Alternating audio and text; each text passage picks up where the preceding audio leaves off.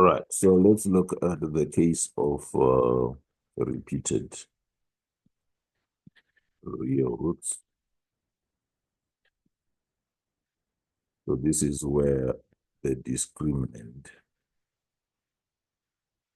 is going to be.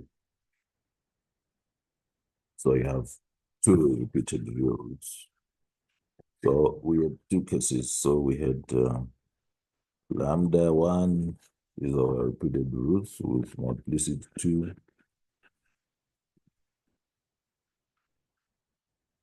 right? But we had a case where even if it is one eigenvalue, it is associated with two linearly independent eigenvectors. That was the case, just the case, in which case we would say then this is equal to C1 K1 A plus C2 K2 times e to the power lambda 1 t.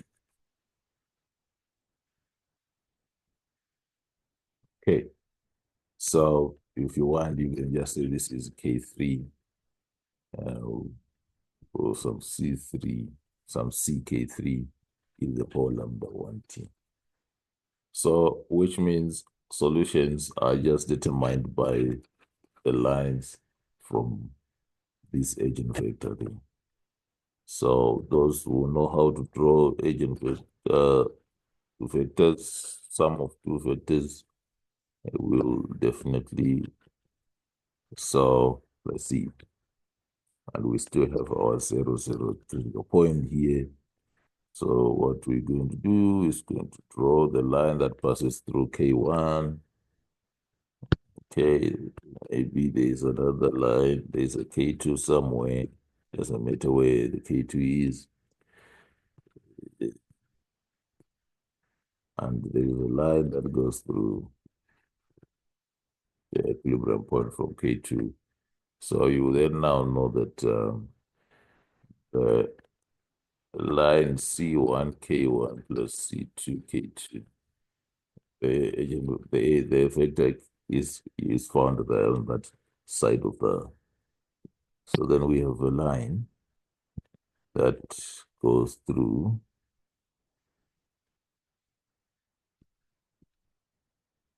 a line that goes through that.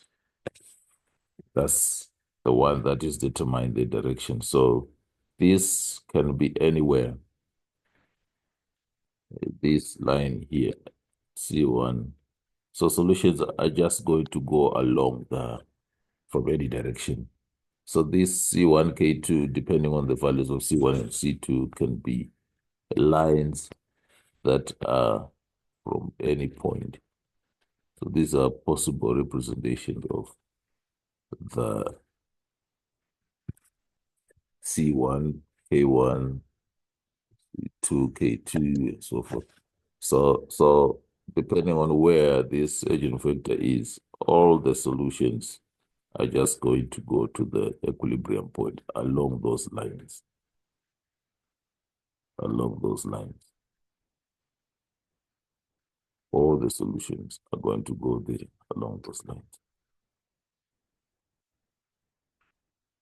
So this is how the first plane will look like.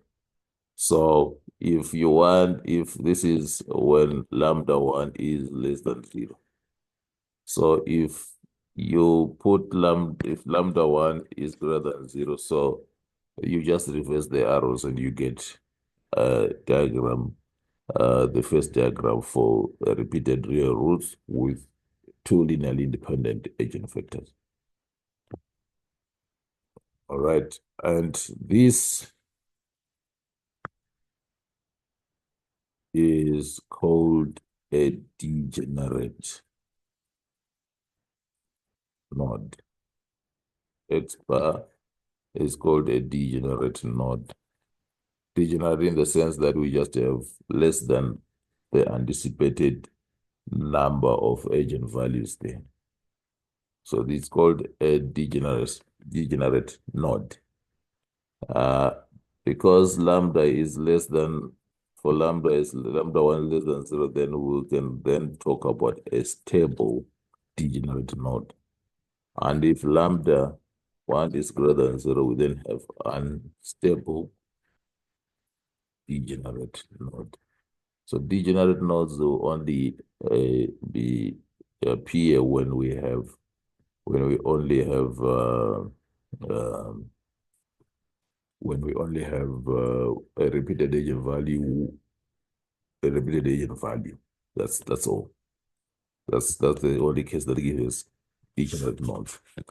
Now, the other case is, so we're now going to 2, where we have lambda is repeated, but we only have a 1. This is of multiplicity 2. 2. Multiplicity 2. So we only have 1 eigenvector. Then we use that method to get another one, P, so that x1 will be equal to k1 in the power lambda 1t, but x2 will be equal to k1 t in the power lambda 1t plus p in the power lambda 1t. So at the end of the day, our general solution will be k1, okay, let's just say c1, oh, that's c2, c2, c1, k1 e to the power lambda 1t plus c2 k1 t e to the power lambda 1t plus c2p e to the power lambda 1t. And if you want, you can write this as t e to the power lambda 1, the dominant term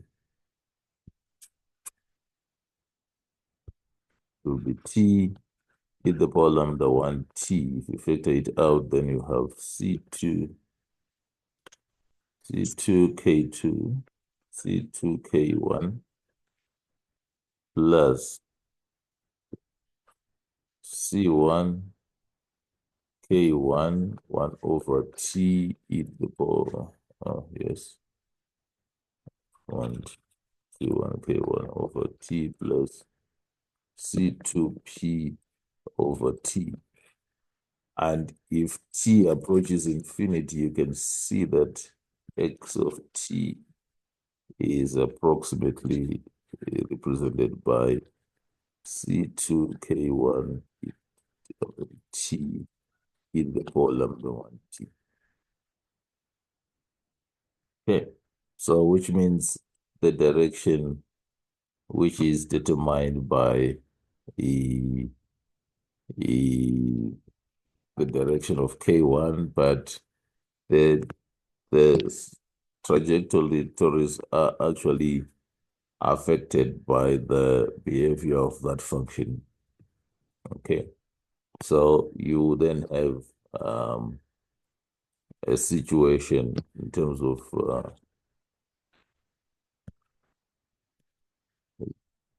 t, and this is x. So if this is our k1, and this is our critical point, remember it's 0, 0. And then the line passing through k1, there it is. Now, so we will have some crazy behavior of solutions here. So the solutions will definitely be like drawn, like that, drawn, some waves. So it goes,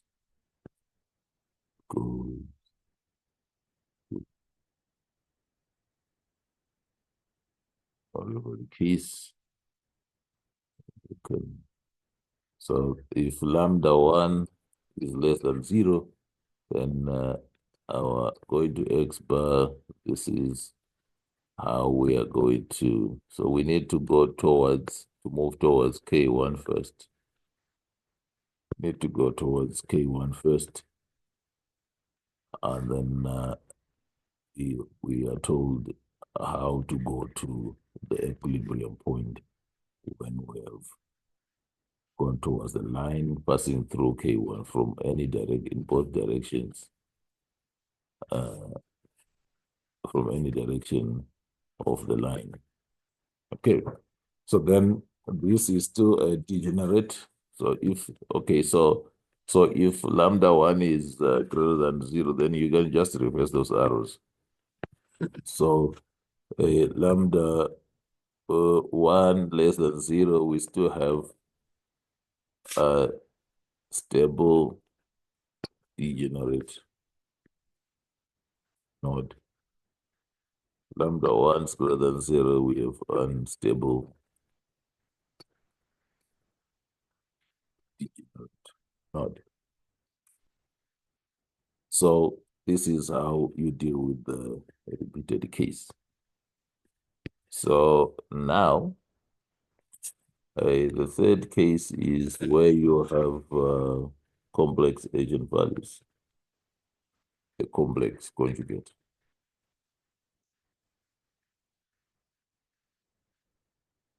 where your discriminant now is what? It's less than 0. So here your lambda will be then the form of I plus or minus alpha beta. And remember, our solution was e to the power alpha t into C1 cos beta t plus C2 sine beta t. So you then find that if alpha is equal to 0, then your lambda is purely imaginary. And remember, this leads to periodic solutions. But in terms of the first space, this is the case where we have solutions just around the equilibrium point. You can draw uh, K1, K2, sorry. So this is the case where the situation is your purely imaginary roots. This is the case where you have a sender. So if you then now uh, play around,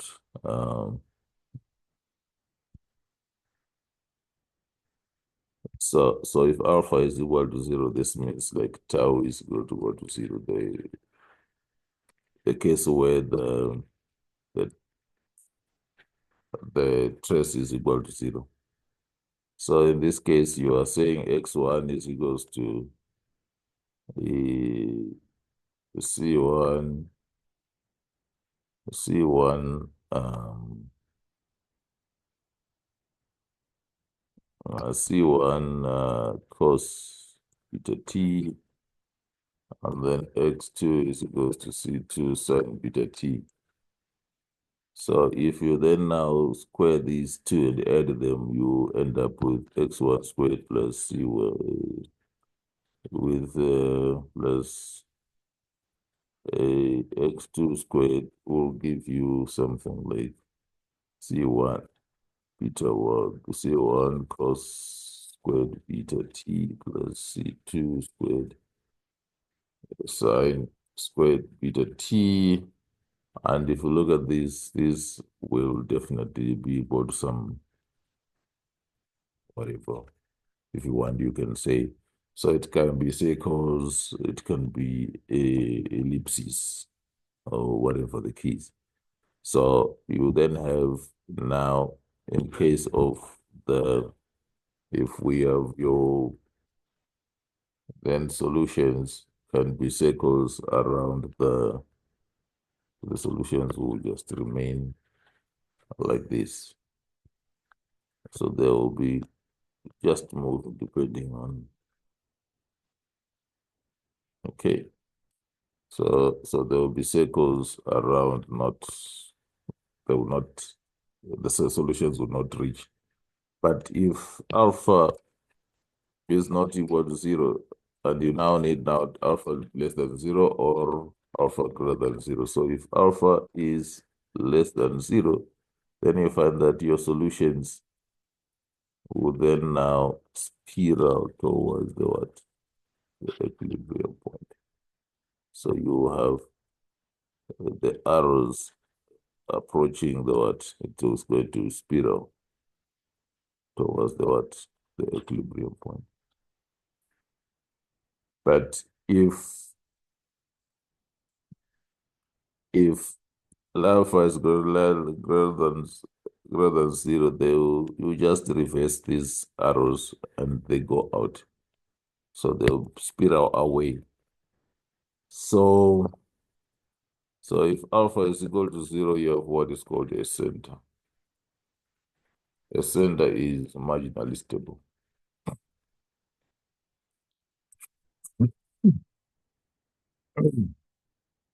If alpha is less than zero, we will have the point x bar will be called a focus.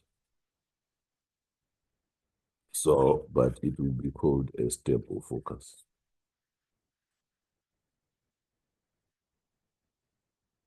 But if alpha is greater than zero, then we have x bar of the critical point is an unstable focus. All right, so that's this is how you can determine the stability of the critical points. So in summary,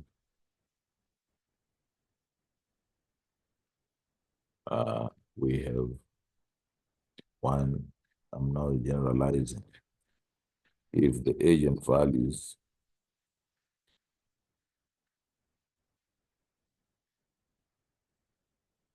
are negative or negative yield parts, just combining, then what we get is actually a locally stable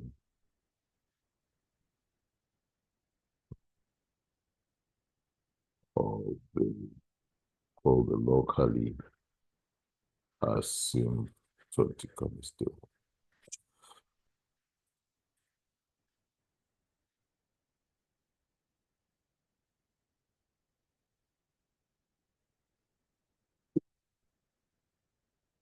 So, and two, if all the eigenvalues are positive, or have positive real parts, then we have instability, a stable critical point.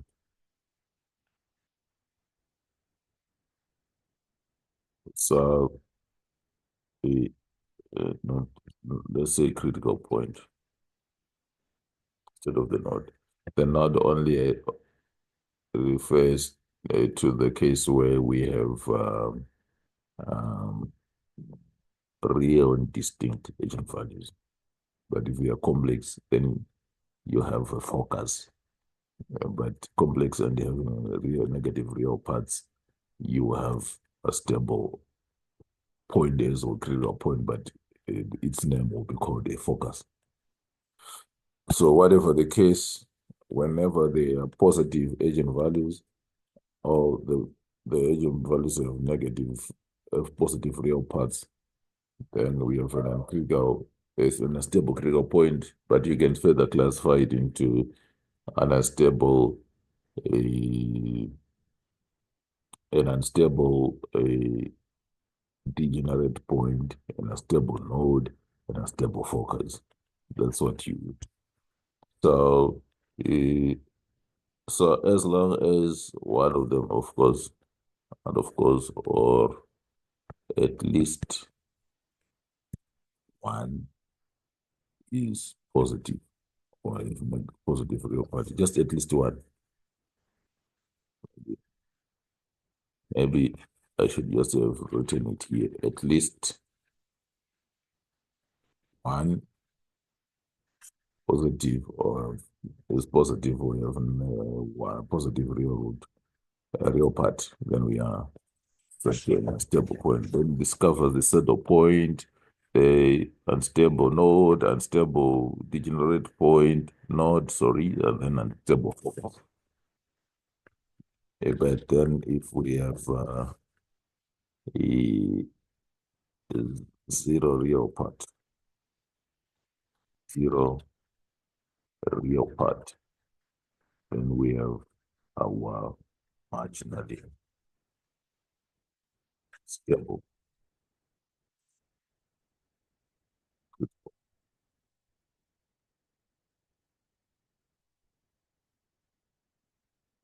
So that's the summary of the system. So we then needs or indices the stability of nonlinear systems.